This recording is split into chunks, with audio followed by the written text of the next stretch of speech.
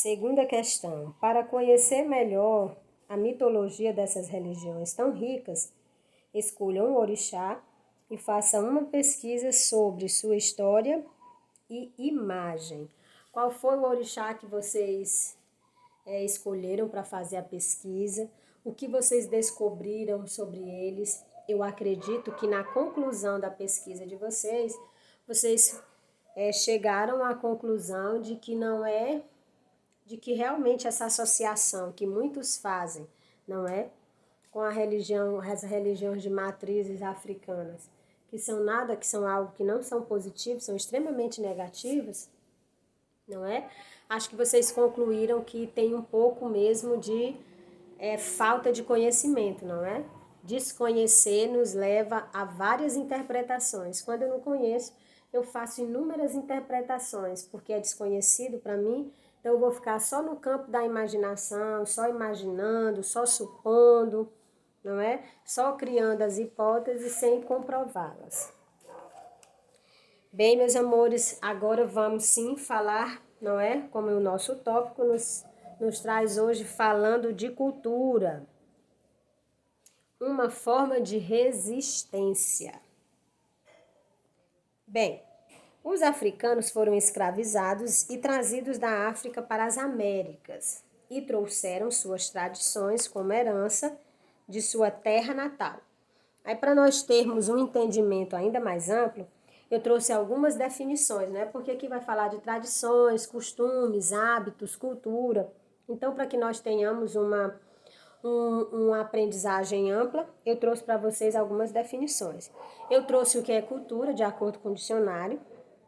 Aqui vai dizer que cultura trata-se do conjunto de conhecimentos, valores, símbolos, tradições, ideias, costumes e práticas que se tornam características de um grupo, seja ele familiar, étnico, social, religioso e assim por diante. A cultura, nas pesquisas que eu fiz para trazer para vocês um entendimento mais amplo, a cultura não é um conhecimento que você adquire formalmente. O que é que eu quero dizer quando eu digo adquirir formalmente? É que você não vai fazer um curso específico para entender a cultura, a não ser que você queira aprender uma nova cultura. Aí sim você vai pesquisar para você entender o que é aquela, por que as coisas acontecem naquele povo, naquela sociedade daquela forma. Mas ele deixa bem claro que nem sempre é um conhecimento formal. A cultura é, antes de qualquer coisa, uma transmissão por gerações. É aquela situação em que a família vai passando por você, vai passando para você uma série de comportamentos no cotidiano, em uma conversa, em uma atividade diária, nas festas e comemorações. Por exemplo, todo mundo sabe que para se fazer uma festa de aniversário, existem alguns elementos básicos. Fazer um bolo, colocar velas em cima do bolo. Essas velas indicam a idade que a pessoa irá completar. Aí tem lembranças, não é? As pessoas costumam enfeitar com balões, costumam cantar uma música e bater palmas. Nem eu e nem você fui fazer um curso, a não ser as pessoas que trabalham com festas. Mas ninguém faz um curso específico para fazer uma festa de aniversário. Você vai aprendendo. Os seus pais fazem festa de aniversário para vocês. Quando vocês tiverem os filhos de vocês farão as festas de aniversário, baseado nas festas que os pais de vocês fizeram para vocês. Já a tradição é a continuidade ou permanência de uma doutrina de visão de mundo, costumes, valores de um grupo social ou uma escola de pensamento. As tradições, ela parte de um pensamento, de ações voltadas à crença e à religião, e são passadas de geração. A tradição, ela é um pensamento. A cultura, ela vem dos hábitos. Ela vem do hábito, e aí eu também trouxe para vocês que o hábito é um aprendizado, um comportamento que você vai desenvolver ao longo de muito tempo que você desenvolve aquele comportamento. Lembra que a professora às vezes chama atenção? Senta direitinho na cadeira, colunazinha ajustada no encosto da cadeira. E muitos às vezes chegam e relaxam, não é? Ali, muitos não fazem aquilo porque estão desafiando o professor. Ali não tem nada a ver com desafio. Ali tem a ver com comportamento, é um hábito. Ele já costuma fazer isso em casa, sentar daquela forma relaxada. Então, hábito você leva para onde você vai, certo? Por isso que tem aquele ditado que o hábito é que faz o monge, não é? A pessoa de tanto desenvolver e praticar aquele comportamento, ele vai se tornar algo corriqueiro, algo quase da sua vida que você faz, não é?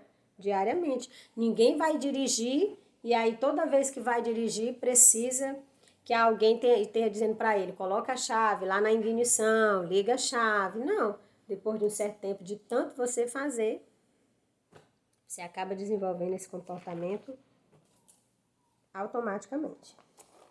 Pois bem, vamos lá. Os africanos foram escravizados e trazidos da África para as Américas e trouxeram suas tradições como heranças de sua terra natal. Os seus cultos se multiplicam desde São Luís do Maranhão, passando pela Bahia e chegando ao Rio Grande do Sul. Vocês podem me questionar da seguinte maneira: como é que a religião africana, as religiões de matrizes africanas, conseguiram abranger um país desde o sul até o norte, não é? Abrangendo um país como um todo. Isso é muito simples de explicar. Historicamente, nós sabemos que os escravos foram trazidos para o Brasil, mas depois eles foram vendidos para vários senhores de escravos, donos, senhores de engenho, de todas as localidades do Brasil. Era uma prática comum a todas as pessoas que habitavam o Brasil. Por isso que foi algo que foi se expandindo. Eles chegavam aqui, não é? E eram vendidos. Dizem que há um pedaço da África no Brasil, ilhas africanas em nosso solo. Os orixás, atraídos pelo toque dos tambores e pelas oferendas, saíram da África, atravessaram o oceano e chegaram ao Brasil para dançar, comer e festejar com seus filhos. O candomblé representa a resistência dos africanos ao exílio e à escravidão no Brasil. Vocês lembram que a semana passada eu falei para vocês que, como uma estratégia de sobrevivência, todos nós fazemos isso. Como estratégia para sobreviver, culturalmente falando, eles deram para as suas divindades religiosas nome de santos para poder prestar culto para eles e enganar os senhores do engenho. Eu expliquei isso para vocês. Isso foi uma estratégia para que a cultura deles não morresse, para que eles mantessem viva a sua cultura. Os santuários no Brasil não são templos de uma única divindade como na África, mas de todas elas. São lugares onde o candomblé é representado por todos os seus orixás. Vocês estão ouvindo, meus amores? Aqui não é uma sonoplastia da minha aula. Aqui é porque estamos em casa e esses sons sempre vão acontecer independente da nossa vontade. Os templos, conhecidos como terreiros, podem estar voltados ao culto desse ou daquele orixá, mas possuem aposentos para todos eles que, no decorrer dos rituais, são chamados a participar e a dançar. No Brasil, o candomblé foi uma forma religiosa de seus adeptos manterem a identidade cultural e prestarem auxílio mútuo uns aos outros. Lembra que eu falei? Uma estratégia de sobrevivência. Nesse exato momento, qual a estratégia de sobrevivência que nós estamos usando para sobreviver a essa pandemia? Para resistir a ela? Ficar em casa, se possível, ficar em casa. Por exemplo, é possível para a professora Jusileide ficar em casa. A professora Jusileide quer ficar em casa o tempo inteiro? Não. Mas é possível que a professora Jusileide fique em casa o tempo que for necessário, porque é uma estratégia para ela não se infectar e infectar os familiares com os quais ela vive. Então, é uma estratégia. Qual é a estratégia que os médicos usam? Além do seu demasiado conhecimento, profundo conhecimento, eles têm aí os famosos APIs, que nós já até aprendemos, não é? Que são todos os instrumentos, a roupa que eles usam para se proteger. E usam aquela roupa que cobre todo o corpo, luvas, máscaras, aquele protetor de rosto, aquele óculos, tudo para não entrar em contato, não é? Tomam banho antes de ir para casa, tiram a roupa fora de casa. Alguns estão como estratégia para proteger a família, nem para casa estão voltando. Por quê? É uma estratégia para passar por essa situação sem maiores danos. Foi exatamente o que os nossos irmãos africanos fizeram, como estratégia. Para manter viva a sua cultura, eles desenvolveram, não é?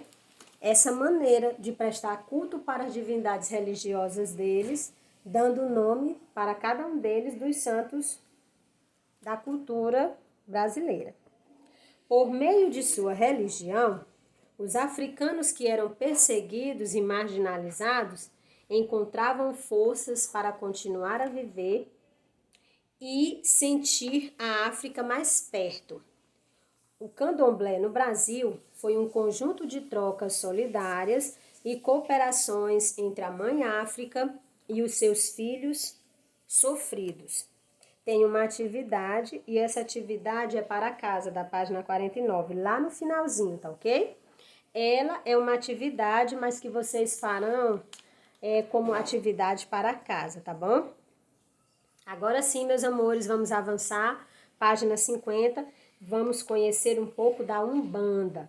E aqui eu já quero dar uma explicação inicial. Candomblé e Umbanda são religiões de matrizes africanas.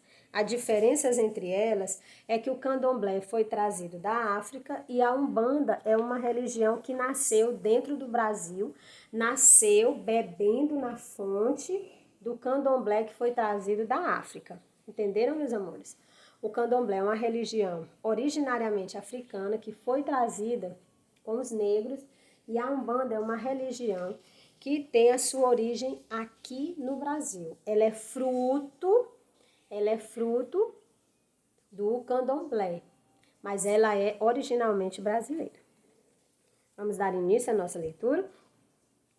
A Umbanda é uma religião brasileira e ela é considerada uma religião sincrética. Bem, professora, que nome é esse? Que palavra é essa? Uma palavra maravilhosa que nós vamos conhecer um pouco agora e que vai enriquecer o nosso vocabulário. Sincrético quer dizer mistura, é um sincretismo, há uma mistura de religiões. Mas lembrando aqui no caso do sincretismo religioso, diz respeito a uma religião que ela foi fundada com base em várias religiões, mas que as suas bases originais elas são mantidas. A sua ideia original ela é mantida. Agora ela vai agregando outros elementos de outras religiões. A Umbanda ela é considerada uma religião sincrética, por incorporar em sua estrutura elementos e símbolos de várias religiões. Ela incorporou, mas a sua estrutura primeira, a sua estrutura básica, ela respeita os valores originais. Ela vai agregando outros elementos, mas o elemento estrutural dela é baseado realmente na sua religião. Agora, ela agrega outros elementos de outras religiões para enriquecer ainda mais a sua. Um pouco das ideias espíritas e um pouco do culto aos deuses africanos, além de aspectos das culturas indígenas e católicas. Há, por exemplo, uma assimilação entre os orixás e os santos católicos. A magia ritual e a orientação moral se encontram para formar uma religião brasileira. Sua proposta é uma síntese das culturas africana, indígena e europeia. Vamos lembrar aqui que aqui em termos de religiosidade, aqui no Brasil, nós temos inúmeras. Nós temos aqui religiões de matrizes cristãs, temos aqui o judaísmo, temos o cristianismo católico, o cristianismo protestante, o cristianismo dos espíritas, baseado nos espíritas kardecistas. Temos os cultos africanos que vieram da Angola, Congo, os malesos, urubás. Temos aqui religiões de matrizes indígenas que vieram de povos como os tupis, guaranis, os tapuias e inúmeros outros povos. Imagina um caldeirão onde você coloca todos os elementos juntos e misturam. Imagina aí só um feijão que você bota numa panela de pressão, que você não coloca sal, que você não coloca tempero, que você não coloca, não é? Vai fazer uma feijoada, não coloca uma linguiça, não coloca uma carne de sol, não coloca... Que sabor vai ter esse feijão? Ele só vai ter um sabor mais acentuado, mais gostoso ao paladar, não é? Se tiver todas essas misturas. Assim é o sincretismo religioso. No início do século XX, no Rio de Janeiro, já havia uma mistura de práticas de candomblé com catolicismo e elementos espíritas. Entretanto, segundo os historiadores, a Umbanda teve um início preciso em 1908, na cidade de Niterói. O médium para o espiritismo é um intermediário entre as pessoas e o espírito. Para que vocês entendam, o médium é uma pessoa que ele é um canal. Segundo as crenças religiosas baseadas na religião umbandista e espírita, o médium é aquela pessoa que tem um contato com o espírito e aí por meio desse contato ele passa uma mensagem.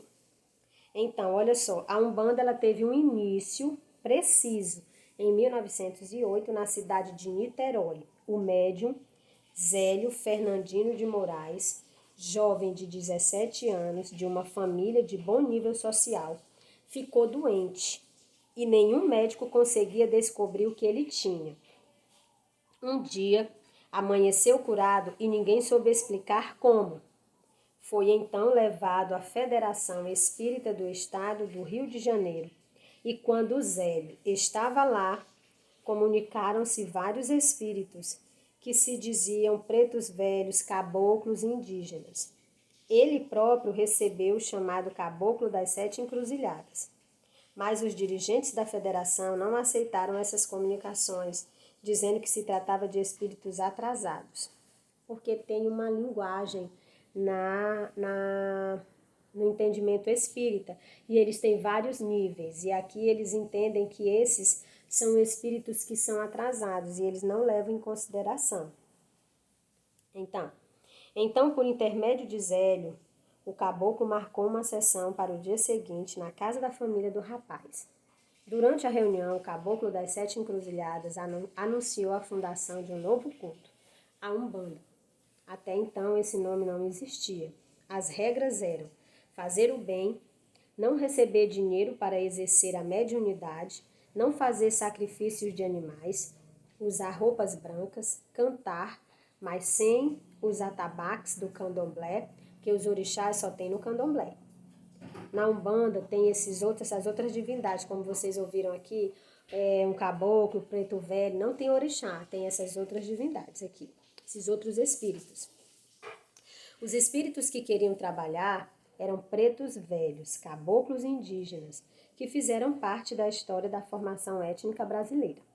A Umbanda, assim como o espiritismo kardecista, acredita na comunicação com os espíritos por meio de médiums, mas, diferentemente dos kardecistas, adotam roupas especiais, objetos de culto e cânticos afro-brasileiros. Por algum tempo, essas manifestações sofreram perseguição da polícia ou foram trajadas como distúrbio mental pela ciência. Nas reuniões, as pessoas são atendidas por guias, pretos velhos, caboclos, baianos, boiadeiros, ciganos, pilintras, cangaceiros, Pombagírias, Exus e outras entidades espirituais que ministram orientações e ensinamentos para a vida. Os adeptos precisam de tempo para aprender seus mistérios e rituais. Aqueles que se iniciam na religião devem passar por um aprimoramento mediúnico para servirem de cavalos, como os ubandistas chamam os intermediários entre esse mundo e o mundo dos espíritos. Dessa forma, os guias podem dar a consulta.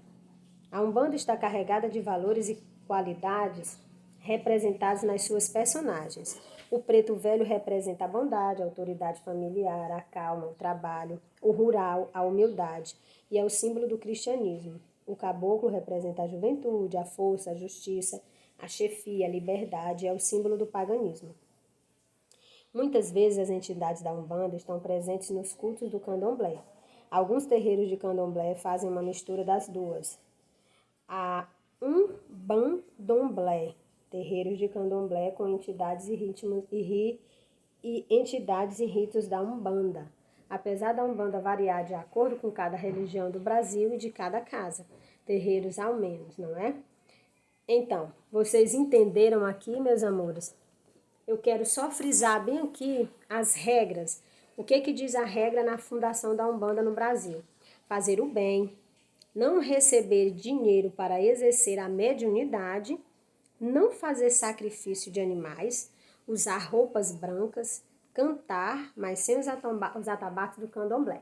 Vocês entenderam aí, olha, a ideia que se tem culturalmente, que não é ligada a algo que é negativo, e vocês viram aqui a regra geral, exercer, olha só, fazer o bem, não receber dinheiro para exercer a mediunidade, não fazer sacrifício de animais, usar roupas brancas e cantar. Vocês viram? Esse é o entendimento, não é? Que se tem. Então, meus amores, aqui a nossa aula se encerra. Como atividade para casa é a resolução das questões que estão na página 49 e na página 52. Lembrando, vocês viram aqui, mais uma vez eu vou trazer o exemplo de Davi. Olha só, Davi, ele foi um diferente no meio dos iguais. Estavam todos, não é, ali com medo de Golias, estava todo mundo querendo se esconder, os israelitas estavam querendo se esconder. Davi foi lá e fez a diferença. Então também nós podemos fazer a diferença com Cristo Jesus. Como fazendo a diferença, professora? Sim, eu posso conhecer todas as religiões que a cultura e que a história me propuser, meus amores, todas elas. Mas os meus valores permanecem os mesmos. Agora, em termos de cultura, eu enriquecerei bastante plenamente. Veja que coisa maravilhosa. Nós já conhecemos um pouco da sociedade, da cultura e da religiosidade indígena. Estamos aprendendo um pouco da cultura, da sociedade, da religiosidade africana. É óbvio que o nosso livro trabalha com as religiosidades, mas nós estamos descobrindo, olha só quantas coisas foram desmistificadas aqui por meio dessa leitura do conteúdo. Quantas coisas, não é? Culturalmente nós associamos, não é, as religiões de matriz africanas a coisas tão negativas, não é? A coisas tão ruins, tão obscuras. E aqui nós aprendemos um pouco, não é? Professora, a minha religião vai ser mudada? Não, meus amores, não. A nossa religião, quanto mais nós conhecemos outras religiões, mais a nossa religião se torna cada vez mais algo certo na nossa vida. Mas nós vamos crescer culturalmente, vamos aprender um pouco mais. E aí, sabe o que vai acontecer com todo esse aprendizado? Nós não vamos mais sair por aí tratando mal as pessoas, olhando diferente para as pessoas com receio, querendo destruir os templos religiosos dos nossos outros irmãos que têm diferentes religiões. Bem, finalizei. Lembrem-se, as atividades para casa estão na página 49 e 52 do livro. Aproveitem, estudem mais, pesquisem mais, tá bom, meus amores? Eu não gosto dessa hora, eu confesso para vocês, se eu pudesse eu ficava dando mais e mais aulas, mas é assim, não é? Tudo tem um ciclo, né? Começo, meio e fim. E a nossa aula hoje chegou ao fim. The end. Até a próxima aula. Tchau!